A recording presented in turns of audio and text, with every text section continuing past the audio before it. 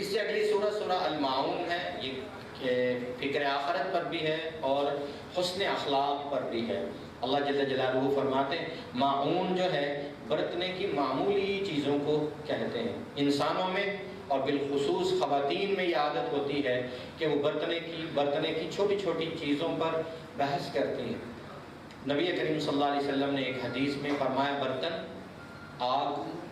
نمک، اس استعمال کی چھوٹی چھوٹی چیزوں کو نہ روکا کرو ورنہ اللہ جل جلالہ تم پر اپنی نعمتیں روک لیں گے۔ اللہ فرماتے تم نے دیکھا نہیں جو شخص اللہ کے دین کو اور جزا و سزا کو جھٹلاتا ہے، پھر یتیم کو دھکے دیتا ہے، مسکین کو کھانا کھلانے کی ترغیب نہیں دیتا، نماز پڑھنے کا عادی نہیں، نماز پڑھتا ہے تو اس میں غلطی کرتا ہے اور نماز پڑھتا ہے تو ریاکاری کرتا ہے، یمنعون الماعون، اور برتنے کی چھوٹی چھوٹی چیزوں کو بھی دل دے بیٹھتا ہے اور منع کر دیتا ہے،